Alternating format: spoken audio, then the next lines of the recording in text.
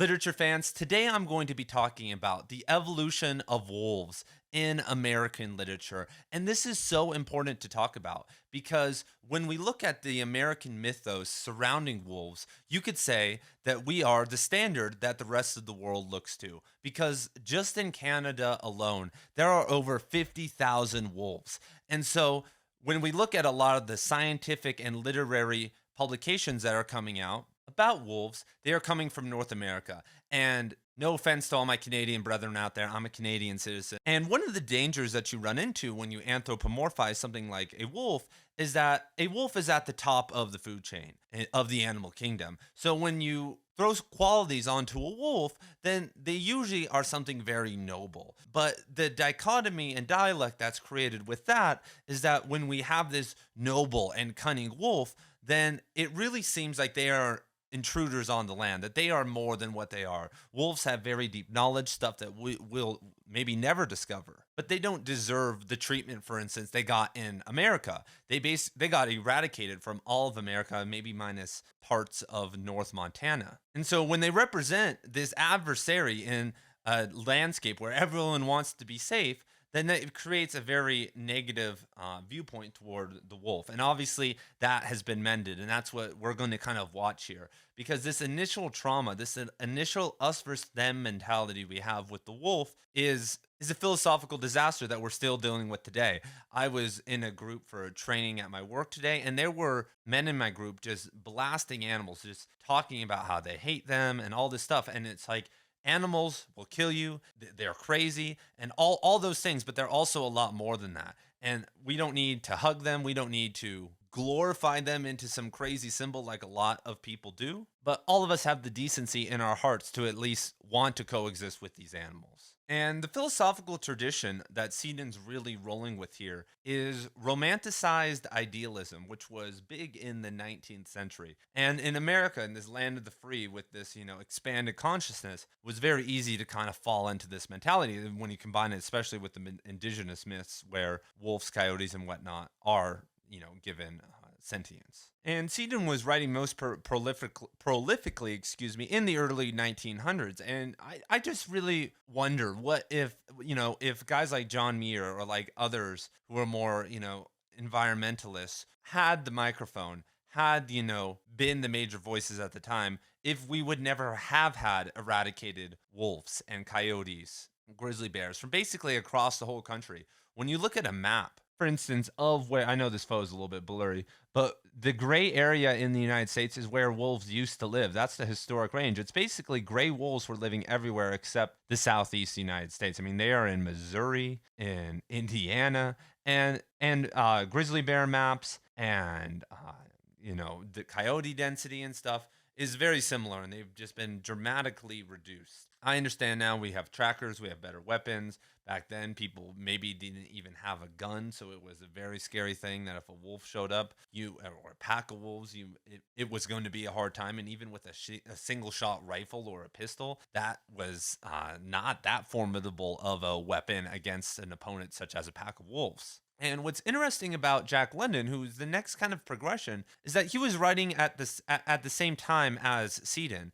Jack London died in 1916, and I think Seton lived until 1940. So when we look at Jack London, though, he has sympathies toward the wolf. And this is because his novels aren't just mere adventure stories. They push beyond that and kind of intermix London's own environmental and philosophical stances on nature. And to kind of go on top of that, Jack London was very much an individualist.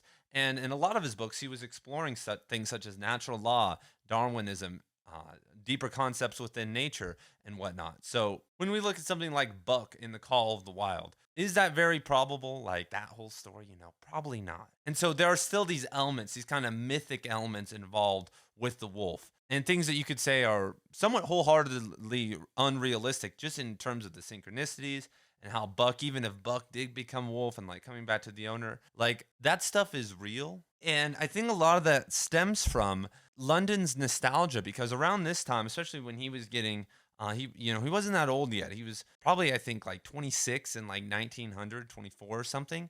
And so when he gets out to the West, the show's kind of closing down. By 1900 in America, the frontier had ended. Like the Wild West was done. Things were, you could say, locked down pretty well.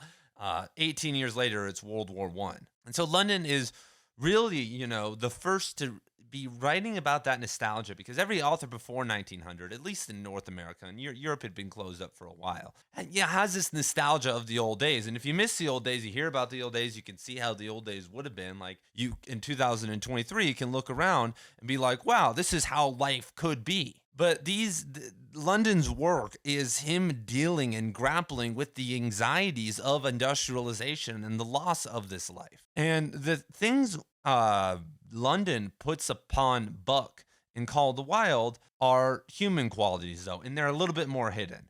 It's not as divisive, but he returns to some of the better ones, right? And the most, resonating with the typical human, and that is, the feeling of wanting to belong, but also just the question of identity, like Buck's identity, for instance. And this is still the number one thing today. Now people people are acting like they're wolves. You could ask their pronouns, and they're wolves now. Well, not really, but the word, the signifier, that sound does correlate with the dog that runs around. But once again, London kind of falls into some of the same traps. He also uses them this time as a weapon against oncoming society. The romanticized version and like what they represent is still pushing back against the commodification of nature, industrialization, and that's because one of the wolves' qualities, even though they're a pack animal, of course, is independence. So when we get to Cormac, in the early drafts of The Crossing, Cormac actually wrote the first couple drafts of The Crossing, I think, from the perspective of the female wolf. And if you haven't read The Crossing, spoiler alerts ahead. And why I loved McCarthy is that he takes a stark departure from the anthropomorphization of wolves, the mythos of wolves, and really brings us back to the actuality of wolves and humans relationship. And this is really smart because when you it's like a trap. When you think by putting human qualities on a wolf, that when something bad happens to him, we get more scared. And that's a cheap trick, because when you have a wolf like the one in The Crossing, who is helpless, who is stuck between savage worlds, South New Mexico, Chihuahua, and the Sonoran Desert. I saw a photo not too long ago of a skinned jaguar hanging, and someone's wearing its pelt up in Chihuahua. When the jaguar El Jefe came into the Santa Rita Mountains south of Tucson, there were massive celebrations. It was making national news and stuff because a jaguar had finally returned.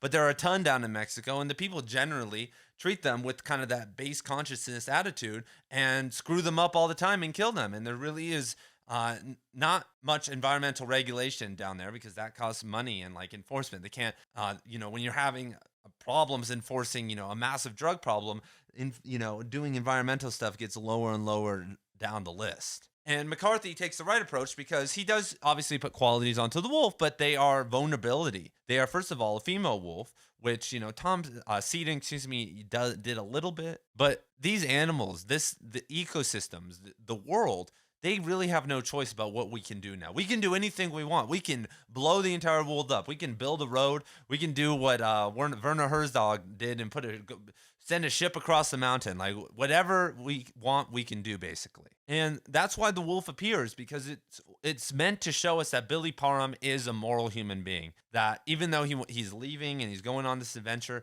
he believes in morality and doing the right thing. And that literally causes him, these are the plain spoilers now, to descend into homelessness, descend into this kind of traumatized figure, because he goes through all the adventures with, obviously, John Grady Cole, but the whole purpose of The Crossing is being moral. Returning the wolf is the right thing. Going after the people that killed his parents is the right thing. Getting the horses, getting Boyd's bones, all that is a very moral and classic stance by Billy, something that is very rare to this day. And the wolf is kind of the first step on that journey. And McCarthy making the wolf pregnant and then get stabbed and captured at the end, and like dogfights and like whatever happened with all that. Like, it's still probably one of the most earth-shattering openings to literature that I have ever read. I mean, it is what you want in a book, and we can ignore these things in our while you're watching YouTube on your phone or whatever. I'm in my nice little room, but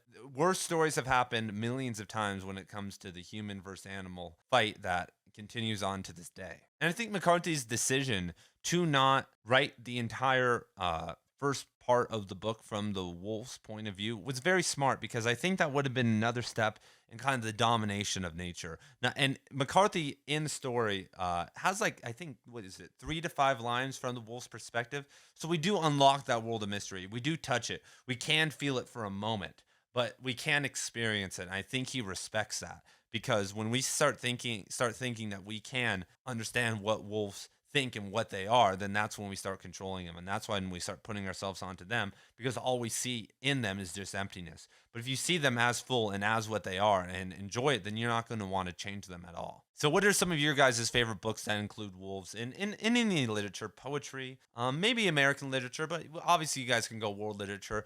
Tell me what I should check out. Obviously, there's a ton of scientific and nonfiction stuff. Just three off the top of my head are Never Cry Wolf, Two in the Far North, and The Philosopher and the Wolf. Are just great books that I've read on wolves. I mean, and then just a bunch of more scientific books. And of course, one of my favorite anime movies, or just movies in general, is Princess Mononoke. So we'll end with her. And if you guys enjoyed this video, obviously subscribe, and I'll be dropping a lot more literary analysis videos like this soon. Peace.